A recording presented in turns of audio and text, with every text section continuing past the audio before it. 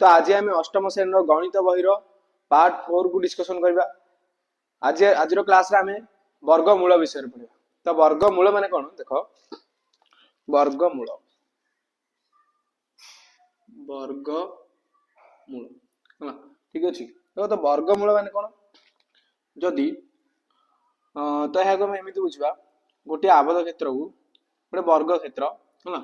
तो वर्ग क्षेत्र सब बाहु समान, सब जगह बाहु समान। तो गोटे बाहु को 7 नहीं तार क्षेत्रफल केते हो, तो सबुडिया बाहु तो 7 आगे हो, तार क्षेत्रफल केते हो, क्षेत्रफल हो 7 × 7 नहीं 49 वर्ग एकक है। तार क्षेत्रफल है 49 वर्ग एकक। तो ये तो 49 वर्ग एकक, तो जो 49 वर्गमूल तो मुझे कहीदी 7 नहीं। तो वर्गमूल माने जो संख्याटा जो से तार जो दीटा संख्या गुणी की जो आसिक पूर्ण वर्ग संख्याटा तार जो हम वर्गमूल काढ़िया तो सेटा जो संख्या दीटा द्वारा गुणी होकर आसो तो सेटा हो तार वर्गमूल ठीक अच्छे। तो जब मुझे तो 8 × 8 कौन हो 64 ना नहीं, ताल मतलब कही 64 वर्गमूल तो हो 8 ठीक अच्छे। माने एमती मुझे देख तो 8 वर्ग 64, 64 वर्गमूल हो 8 है। सेमती जदि मुझे कही 6 वर्ग 36, 36 वर्गमूल 6 है बुझीपार। तो जदि मुझे कहे ये 9 वर्ग हो 81, 81 वर्गमूल हो 9। तो वर्गमूल विषय समस्त बुझीपार। जदि मुझे y = x² लिखी है ताहले मुझे कहीपरि x हेउछि y रो वर्गमूल है। जदि y = x² है ताहले x हेउछि y रो वर्गमूल। आमे भी जानले प्रत्येक पूर्ण वर्ग संख्यार वर्गमूल रही ना नहीं। प्रत्येक पूर्ण वर्ग संख्यार जमिति कि 81 गोटे पूर्ण वर्ग संख्या तार वर्गमूल 9, 36 गोटे पूर्ण वर्ग संख्या तार वर्गमूल 6 ना नहीं, 64 गोटे पूर्ण वर्ग संख्या तार वर्गमूल है 8। तो एठारे आमे जानले कि ना प्रत्येक पूर्ण वर्ग संख्यार वर्गमूल रही ना नहीं। तो किंतु देख प्रत्येक पूर्ण वर्ग संख्यार दीटा वर्गमूल रही, गोटे है धनात्मक आ गोटे है ऋणात्मक। किपरि देख जपरि मुझे कही तो 64 वर्गमूल आसो 8, तो ये +8 देख खाली ये +8 नहीं, ये +8 -8 दीटा हम +8 -8 64 है माने गोटे +8 आ गोटे -8 सेमती। जदि 81 वर्गमूल कही खाली आम 9 लिखिपारे ये +9 -9 है नहीं। तापर जदि मु 36 वर्गमूल कही तो +- 6 आसो माने दीटा गोटे है देख ये +8 गोटे और -8। तो आर भी सेमती +9 गोटे -9 गोटे +6 गोटे -6 गोटे माने प्रत्येक पूर्ण वर्ग संख्यार दीटा वर्गमूल रही है। तो लिखि दूसरी प्रत्येक पूर्ण वर्ग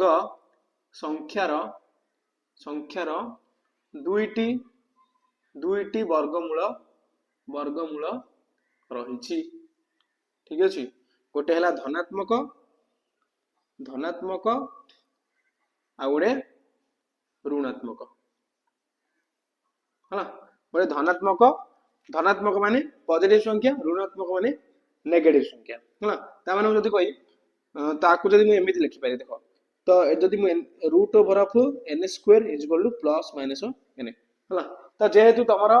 अष्टम श्रेणी तो ये आम केवल धनात्मक संख्या को विचार को ना। तुम जब आहरी हायर क्लास को जीव तो ताहले तुम +- विषय पढ़।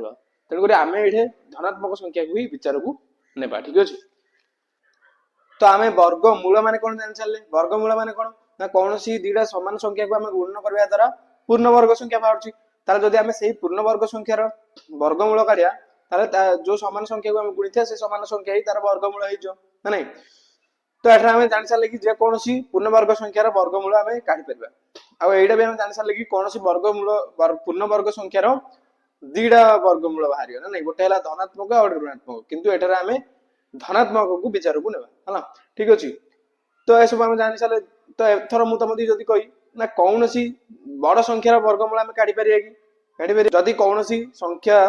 रो आमे जदी वर्गमूल काढिया ताले से वर्ग संख्या निश्चित पूर्ण वर्ग संख्या हेदिया पड़ियो तो आमे जदी कौनसी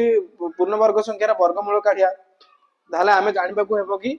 से जो पूर्ण सेटा गोटे पूर्ण वर्ग संख्या कि नहीं जदि कौन संख्यार आम जब वर्गमूल काढ़िया ताहले आमको जाना पड़ो कि से जो संख्याटा पूर्ण वर्ग संख्या कि नहीं बोली ताहले आमे जाई तार वर्गमूल काढ़ी परिया ना नहीं तो ये तुम बही गोटे देछि 576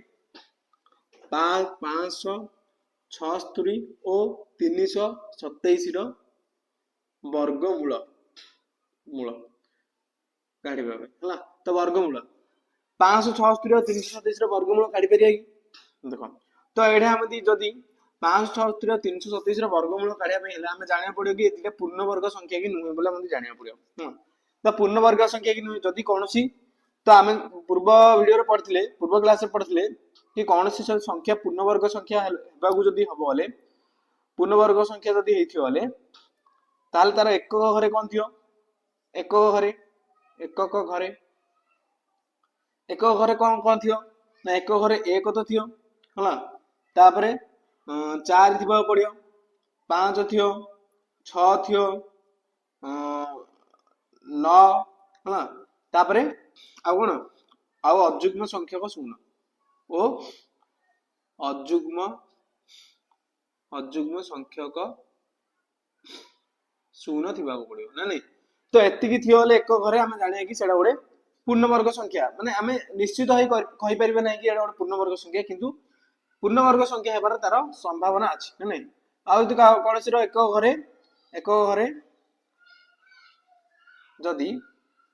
कोन कोन थियो तो 2 3 7 8 हला तो एति जो थियो हम जानिया कि से जो संख्याटा कोन पूर्ण वर्ग संख्या नुही बोली तो एडा कोन पूर्ण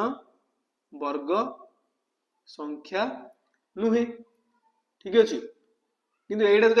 जदि कार कोन संख्या एक घरे 1 4 5 6 9 थिबो आ अजुग्म संख्या शून्य थियो ताले किछ चांसेस अछि कि सेडा गोटे पूर्ण वर्ग संख्या हले तो एडा हम देखिया देखो आर एक घरे कोन अछि 6 ता माने एडा गोटे पूर्ण वर्ग संख्या हेबार संभावना अछि आर एक घरे देखो 7 अछि तो 7 माने एडा गोटे पूर्ण वर्ग संख्या हबो ना हला ठीक अछि तो आमे एबे जानले कि एडा गोटे पूर्ण वर्ग संख्या हेबार संभावना अछि ठीक अछि ताले आर वर्गमूल बाहरियो तो आर वर्गमूल आमे किमिति काढिया 576 रो तो एथि पई आमे कोन करिया तो आमे देखिया कि देखो तो 576 रो वर्गमूल जानिया पे आमे देखिया पड़ियो तम बहरी गोटे प्रणाली अछि जेपरि मु कहि 20 रो वर्ग हिच 400 माने एडा तो 400 रो बड़ 576 ठीक अछि तो 576 400 रो बड़ तो देखो 20 रो आमे 20 रो 10 रो एई परि हमरे आमे सबडिया वर्ग मन रखि देले तो आमे सहज होबो काढिया में तो देखिया 25 रो 20 25 15 ए सब तुम जब मन रखि दो ताले ए जो आर वर्गमूल काढिया पे तमे टिके तुमको सहज हेबो देखो एटा 20 रो वर्गमूल वर्ग हे जो 400 तो माने ए 576 400 रो बड़ तमे 21 22 एमिति थियो कार गोटे हेथियो ना तो तुम एटा 25 रो गई तो 25 रो हे जो 625 ता माने 625 टू 576 टा रे सानो ठीक अछि ता माने एटा 24 रे थिबो नहले माने 20 और 25 मध्ये थिबो 576 20 रो स्क्वायर आउ 576 हला 20 रो स्क्वायर आउ 25 रो स्क्वायर मध्ये थिबो हला तो आमे बे देखिया आमे किछि नियम पढथिले पूर्व वीडियो रे जदी कोनसी तो देखो आर एक घरे कोन 6 अछि नै तो आमे पूर्व वीडियो रे गोटे नियम पढथिले जदी कोनसी संख्यार कोनसी पूर्ण वर्ग संख्यार जदी एक घरे 4 या 6 थिबो ताहले आमे जानिया कि ता से जो संख्यार पूर्ण वर्ग संख्या बाहरियो हला ताहले तार एक घर मध्ये 6 थियो नै जदी कोनसी संख्यार एक घरे 6 थिबो ताहले ता जो पूर्ण वर्ग संख्यार एक घर मध्ये 6 थियो तो देखिया ए जो 20 आउ 25 मध्ये रे को संख्या गुडा अछि जार एक घरे 4 या 6 अछि देखो तो 20 गुडे 21 22 23 24 हला तो एकक घरे देख एक घरे 4 थिले तार जो पूर्णवर्ग संख्याटा आसीबो सेटा 6 आसीबो ହେଲା तार एक घरे 6 रहिथियो तो 23 22 21 तो ना ता माने कार अछि 24 रो एक घरे 4 अछि ता माने एटा निश्चित 24 रो वर्ग हिथियो होला तो देखिया ट्राय 24 * 24 करिया देखिया तो 4 चौक 16 4 दुगुणे 8 1 9 2 चौक 8 2 दुगुणे 4 तो ये 6 9 8 17 होला 576 ठीक अछि तो 24 रो वर्ग हिजो 576 तो एही परि भाबरे आमे कोन काढी परिबा कोन संख्यार कोनोसी संख्या पूर्णवर्ग संख्या कि हम प्रथमे देखिबा तापर आमे तार वर्गमूल काढी परिबा ठीक अछि तो ए जो 576 रो वर्गमूल को हेला 576 रो वर्गमूल हेला 24 ना नहीं तो आमे जान देले कि 576 रो वर्गमूल 24 हेला तो ये 327 तो बाहर कमेंट तार एक घरे 7 अछि ठीक अछि तो एही परि भाबरे आमे कोन से पूर्णवर्ग संख्यार वर्गमूल काढी पारे किंतु यह बड़ बड़ संख्या में प्रযোज्य नुहे तो एथि तमर आउरी गोटे प्रणाली अछि तो सेटा आमे देखिबा तो आमे देखिले किपरि भाबरे आमे 576 रो वर्गमूल काढी पाले होला तो ता 576 रो वर्गमूल काढिया पे आउरी गोटे प्रणाली मध्ये तुम बाहर देछि देखो सेटा केमिति काढा जाय तो आमे जानले कि 576 रो वर्ग 24 तो आउरी केमिति आमे काढी पारे तो हम को करी 576 को हम 2 रे भाग करी 2 2 दुगुणे 4 2 2 अष्टा 16 2 अष्टा 16 2 1 2 आकु जे 2 रे भाग करी पुनी 2 1 2 2 चौक 8 2 चौक 8 पुनी आकु 2 रे भाग करी 2 7 14 2 दुगुणे 4 पुनी आथरे आकु 2 रे भाग करी तो 2 3 की 6 2 चौक 12 आकु 6 * कर दी 600 को 36 ठीक अछि देखो तो एटा 2 2 * 2 * 2 * 2 * 6 * 6 इक्वल 576 एति जति करी ना नहीं यदि आर हम वर्गमूल काढिया ताले एटा केते हिजो देखो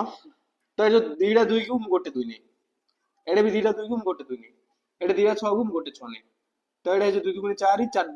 400 को 24 तो एमिति हम काढबे देखो 24 आसलन नै ताना हम जान देले कि 576 रो वर्ग सॉरी 576 रो वर्गमूल हिजो 24 हला तो ए परे परे मु जदी एडे 300 324 तमे काढी परियो नै 324 काढलो देखिया हला तो देखो हम काढिया तो आकु को करी 2 रे भाग करी 2 1 2 200 को 12 2 दुगुणे 4 हला तो पुणी अथरा 2 अष्टा 16 2 1 2 तो आकु मु जदी अथे 3 भाग करी 3 3 3 दुगुणे 6 तापरे 3 7 21 पुणी आकु अथरे भाग करी 3 रे हला 3 9 27 आउथरा 3 भाग करी 3 3 9 तो कोन कोन एटा आसिला 2 * 2 * 3 * 3 * 3 * 3 हला तो एडे 2 टा 2 गोटे 2 नै 2 टा 3 गोटे 3 नै 2 टा 3 को गोटे 3 नै हला देखो 2 3 की 6 6 3 की 18 ता माने 18 रो वर्गमूल हिजो सॉरी 324 रो वर्गमूल हिजो 18 हला 324 रो वर्गमूल 18 तडे हम कहि पारे 324 रो वर्गमूल हिजो केते 18 ठीक अछि तो एडे जदि हम गोटे बड़ संख्या रे देई 1156 तो एडे आर हम काढि पारे आर भी काढि पारे देखिया तो एडा जदि हम 2 रे हा करी तो हिजो 2 केते 2 5 10 1 15 2 7 14 2 8 16 हला ताकु पुणी अथे 2 रे भाग करी एडा हिजो 2 दुगुणे 4 तो 2 8 16 2 9 18 हला तो आकु 2 रे भाग करी होनी तो एडा 2 रे हवन 3 हवनी तो आकु मु 17 रे भाग करी 17 * 17 हिजो हला तो 17 * 17 हिजो 299 तो एडे 2 * 2 * 17 * 17 करी हला ता देखो 2 टा 2 हेले गोटे 2 2 टा 17 हेले गोटे 17 तो हिजो एडे 17 दुगुणे 34 तो 34 रो हमें स्क्वायर कहि परिया 34 रो स्क्वायर कहि परिया 1156 बा 1156 रो वर्गमूल हिजो 34 हला तो एही परि भाबरे हमें कोनोसी पूर्णवर्ग संख्यार वर्गमूल हमें सहज रे काढी दै परिबा तो आमे एबे वर्गमूल कोन जानि सारले एबे आमे वर्गमूल को आकलन करिवार शिखिबा ठीक अछि तम बही रे गोटे मजादार खेल देइछि तो से जो खेल माध्यम रे आमे वर्गमूल को किपरि भाबरे आकलन करि परिबा ता आमे एबे शिखिबा तो एट देखो तम बही रे कोन खेल देइछि सोनू और चिन्नू परस्पर मध्य रे एक मजादार गणित खेल खेलुथले खेलर नियम ଅନୁଯାୟୀ ଜଣେ ଗୋଟିଏ ସଂଖ୍ୟା କହିଲେ ଅନ୍ୟ ଜଣେ ତାହାର ବର୍ଗମୂଳ କହି ଉତ୍ତର ଦେଉଥିଲା। ଯେପରି ଉଦାହରଣ ସୋନୁ କହୁଥିଲା ଯଦି 25 ଚିନୁ ତାର ବର୍ଗମୂଳ କହୁଥିଲା 5 ନାଇଁ ଆମେ ଜାଣିଛେ 25 ର ବର୍ଗମୂଳ 5 କଣ ପାଇଁ ନା 5 କୁ 2 ଥର ଗୁଣିଆ ଦ୍ୱାରା ଆସୁଛି 25 5 5 25 ନାଇଁ ତେଣୁକରି ଯେତେବେଳେ ଏଠି ସୋନୁ କହିଲା 25 ତାହେଲେ ଚିନୁ କହୁଛି 5 ତାପରେ ଆଉ ଯେତେବେଳେ ଚିନୁ କହିଲା 81 ସୋନୁ ତାର ବର୍ଗମୂଳ କହିଲା 9 ହଁ ତ ମାନେ ଏଠି ଯୋଉ ଖେଳଟାରେ କଣ ହଉଥିଲା ନା ଯେତେବେଳେ ସୋନୁ ଗୋଟେ ସଂଖ୍ୟା କହୁଥିଲା ଗୋଟେ ପୂର୍ଣ୍ଣବର୍ଗ ସଂଖ୍ୟା କହୁଥିଲା ତାହେଲେ ଚିନୁ ତାର ବର୍ଗମୂଳ କହୁଥିଲା ତ ଏହିପରି ଭାବରେ ଏଇ ଯୋଉ ଖେଳଟା ଚାଲିଥିଲା ଠିକ ଅଛି ତ ଏଠି ଦେଖ କିନ୍ତୁ କଣ ଦେଇଛି ନା କିନ୍ତୁ ଖେଳରେ ଗୋଟେ ଅସୁବିଧା ଉପୁଜିଲା କେତେବେଳେ ସେ ଅସୁବିଧା ଉପୁଜିଲା ନା ଯେତେବେଳେ ସୋନୁ ଏକ ନୂଆ ସଂଖ୍ୟା 250 କହିଲା ତ ଆମେ ତ ଜାଣିଛେ 250 ତ କାହାର ପୂର୍ଣ୍ଣବର୍ଗ ସଂଖ୍ୟା ହବନି ନା ନାଇଁ ମାନେ ଦେଖ 250 ଗୋଟିଏ ପୂର୍ଣ୍ଣବର୍ଗ ସଂଖ୍ୟା ନ ହୋଇଥିବାରୁ ଚିନୁ ଏହାର ସଠିକ ଉତ୍ତର ଦେଇପାରିଲା ନାହିଁ ତ ଏଠାରେ ପ୍ରଶ୍ନ ଉଠେ ଯେ 250 ର ବର୍ଗମୂଳର ନିକଟତମ ସଂଖ୍ୟା କିଏ ହେବ ତ ଆମେ ତ ଜାଣିଛେ 250 ର ବର୍ଗମୂଳ ଟିକେ କାଢିବା ଡିଫିକଲ୍ଟ ତେଣୁକରି ଆମେ କଣ କରିବା ନା 250 ର ନିକଟତମ ବର୍ଗମୂଳ ସଂଖ୍ୟା କାଢିବା ହେଲା ତ ଏବେ ଦେଖିବା 225 ର ନିକଟତମ ବର୍ଗମୂଳ ସଂଖ୍ୟା କିପରି ଆମେ କାଢି ପାରିବା ତ ଦେଖ ଆମେ ଏବେ 225 ର ଆନୁମାନିକ ବର୍ଗମୂଳକୁ କିପରି ଭାବରେ ଆକଳନ କରିପାରିବା ତ ଦେଖ ଏଠି ଦେଖ 250 ର ଆନୁମାନିକ ବର୍ଗମୂଳ ନିର୍ଣ୍ଣୟ କିପରି ଆମେ କରିବା ପ୍ରଥମେ ଆମେ କଣ କରିବା ନା ପ୍ରଥମେ ଆମେ ଲକ୍ଷ୍ୟ କରିବା ଯେ 250 କେଉଁ ଦୁଇଟି ପୂର୍ଣ୍ଣବର୍ଗ ସଂଖ୍ୟା ମଧ୍ୟରେ ଅଛି ହେଲା ତ ଆମେ ଦେଖିବା କି 250 ଟା କୋଉ ଦୁଇଟା ପୂର୍ଣ୍ଣବର୍ଗ ସଂଖ୍ୟା ମଧ୍ୟରେ ଅଛି ତ ଦେଖିବା ଆମେ ଦେଖ 10 ର ଯଦି ବର୍ଗ କହିବା 100 ହେଇଯିବ 20 ର ବର୍ଗ କହିବା ଆମେ 400 ହେଇଯିବ ନା ନାଇଁ ତ ମାନେ 10 ର ବର୍ଗ 20 ର ବର୍ଗ ମଧ୍ୟରେ 250 ଅଛି ତ ଏଇଟା ଗୋଟେ ପୂର୍ଣ୍ଣବର୍ଗ ସଂଖ୍ୟା ଏଇଟା ବି ଗୋଟେ ପୂର୍ଣ୍ଣବର୍ଗ ସଂଖ୍ୟା ମାନେ 100 ଆଉ 400 ମଧ୍ୟରେ ତ 250 ଟା ରହିଛି ତ ଆମେ ସେଟା ପ୍ରଥମେ ଭାବିବା କି ନା କୋଉ ଦୁଇଟା ପୂର୍ଣ୍ଣବର୍ଗ ସଂଖ୍ୟା ମଧ୍ୟରେ 250 ଟା ରହିଛି ହେଲା ତ ଏତି ଭାବି ସାରିଲା ପରେ ତାପରେ ଆମେ ଦେଖିବା ଆମେ ଜାଣୁଛେ ନା 100 ର ବର୍ଗ କେତେ 10 ତ ଏଇଟା ତ ଆମେ ଜାଣିଛେ 400 ର ବର୍ଗ 20 ହଁ ତ ଏଇଟା ଆମେ ଜାଣିଛେ ତେଣୁ 10 ର ବର୍ଗ ସରି 10 ର ବର୍ଗ ଆଉ 20 ର ବର୍ଗ 10 ର ବର୍ଗ 20 ର ବର୍ଗ ମଧ୍ୟରେ କଣ ଅଛି 250 ଏମିତି ଲେଖ ତାମାନେ 10 ଆଉ 20 ମଧ୍ୟରେ 250 ର ବର୍ଗଟା ଅଛି ହେଲା ତ ଦେଖ ଆହୁରି ନିକଟର ହବା ପାଇଁ ଆମେ ଅନ୍ୟ ବର୍ଗ ଗୁଡିକୁ ଦେଖିବା ଦେଖ ଆହୁରି ଯଦି ଆମେ 250 ର ଆହୁରି ନିକଟତର ହବାକୁ ଚାହିଁଲେ ତାହେଲେ ଆମେ ଜାଣିଛେ 10 ର ସ୍କୋୟାର 100 11 ର 121 12 ର 184 13 ର 169 ହେଲା 14 ର ହେଇଯିବ ତମର 196 ହେଲା ସେମିତି 15 ର ହେଇଯିବ 225 16 ର ହେଇଯିବ 256 ଦେଖ 15 ଆଉ 16 ମଧ୍ୟରେ ଅଛି 250 ନା ନାଇଁ 15 ଆଉ 16 ମଧ୍ୟରେ ଅଛି 16 ତ ହେଇଯାଉଛି 256 ମାନେ 250 ଟୁ 16 ର ବର୍ଗଟା ହେଇଯାଉଛି ବଡ ହେଇଯାଉଛି ତ 15 ର ହେଇଯାଉଛି କଣ 225 ତା ମାନେ 15 ଆଉ 16 15 ର ବର୍ଗ ଆଉ 16 ର ବର୍ଗ ମଧ୍ୟରେ କଣ 250 ର ବର୍ଗ ଥିବ ହେଲା ତ ଏଟା ଆମେ ଦେଖିବା ଅର୍ଥାତ ଏବେ ଆମେ ଲେଖିପାରିବା ଯେ 15 ଆଉ 16 ମଧ୍ୟରେ କଣ 250 ର ବର୍ଗଟା ଅଛି ନା ନାଇଁ ତ ଆମେ ଏଠାରେ ଏହି ସିଦ୍ଧାନ୍ତରେ ପହଞ୍ଚିଲେ ଯେ ଯେହେତୁ 225 ତୁଳନାରେ 250 ଅଧିକ ନିକଟର ହେଉଛି 256 କଣ ଦେଖ 225 ତୁଳନାରେ ଯଦି ଏଇଟା ଆମେ 225 ଆଉ 250 ତୁଳନା କରିବା ତାହେଲେ ଏଇଟା ଟିକେ ବେଶୀ ଡିଫରେନ୍ସ ହେଇଯାଉଛି 256 ଆଉ 250 ଆଉ 256 ମଧ୍ୟରେ ଯଦି ଦେଖିବା ତାମାନେ ଏଇଟା ଟିକେ ଅଧିକ ନିକଟତର ହଉଛି ନା ନାଇଁ ମାନେ 6 ଡିଫରେନ୍ସ ଆଙ୍କ ମଧ୍ୟରେ 6 ଡିଫରେନ୍ସ ଅଛି ହେଲା ଆଙ୍କ ମଧ୍ୟରେ 25 ଡିଫରେନ୍ସ ଅଛି ତାମାନେ 225 ଆଉ 256 ଟିକେ ଅଧିକ ନିକଟତର ତେଣୁ 250 ର ଆନୁମାନିକ ମୂଲ୍ୟ 250 ବର୍ଗର ଆନୁମାନିକ ମୂଲ୍ୟ ହଉଛି 16 ହେବ ହେଲା ପ୍ରାୟ 16 ହେବ କଣ ନା 16 ର ବର୍ଗଟା କେତେ 256 ସେ 256 ନିକଟତର ହେଉଛି 250 ତାମାନେ ଇଏ ଯୋ ପ୍ରାୟ 256 ର 250 ର ବର୍ଗ ପ୍ରାୟ 16 ହେଇଯିବ ଯଦିଓ ଏହା 16 ଠାରୁ ସାମାନ୍ୟ କମ ତ 16 ଠାରୁ ସାମାନ୍ୟ କମ 250 ଟା 16 ର ବର୍ଗ ଠାରୁ ସାମାନ୍ୟ କମ କିନ୍ତୁ ପାଖାପାଖି 250 ଟା ଟିକେ ପାଖାପାଖି କମ ନା 16 ର ହେଲା 256 ତ 256 250 ଟିକେ ପାଖାପାଖି ହେଲା ତେଣୁକରି ଆମେ କଣ କହିପାରିବା ଆମେ କହିପାରିବା କି ଏହାର ମୂଲ୍ୟ ପ୍ରାୟ 16 କହିପାରିବା ପ୍ରାୟ 16 କହିପାରିବା ମାନେ ଏଠାରେ ଆମେ ଆନୁମାନିକ ନିକଟତର ବର୍ଗମୂଳ ସଂଖ୍ୟା ଆମେ ଏଠି କାଢୁଛେ ହେଲା ତ ଏହିପରି ଭାବରେ ଆମେ ବର୍ଗ ସଂଖ୍ୟା ଗୁଡିକୁ ଆକଳନ ବର୍ଗ ସଂଖ୍ୟାର ଯୋଉ ମୂଳ ଗୁଡିକୁ ଆମେ ଆକଳନ କରିପାରିବା ଠିକ ଦେଖ ତମ ବହିରେ ଆହୁରି ଗୋଟିଏ ସମସ୍ୟା ରହିଛି ତ ସେ ସମସ୍ୟା କଣ ଦେଖ ବାସ୍ତବ ଜୀବନର ସମସ୍ୟା କଣ ଦେଖ ଲେଖା ହେଇଛି ଜଣେ ପିଲା ପାଖରେ 125 ବର୍ଗ ସେମି କ୍ଷେତ୍ରଫଳ ବିଶିଷ୍ଟ ଖଣ୍ଡିଏ ବର୍ଗାକୃତି କାଗଜ ଅଛି ହେଲା। ତ ଗୋଟେ ପିଲା ପାଖରେ କଣ ଅଛି ନା 125 ବର୍ଗ ଏକକ ବର୍ଗ ସେମି ବର୍ଗ ସେମି। ତ 125 ବର୍ଗ ସେମି ର କ୍ଷେତ୍ରଫଳ ମାନେ ଗୋଟେ ପିଲା ପାଖରେ ଗୋଟେ କଣ ବର୍ଗାକୃତି କାଗଜ ଗୋଟେ ଅଛି ନା ନାଇଁ। 125 ବର୍ଗ ସେମି ବିଶିଷ୍ଟ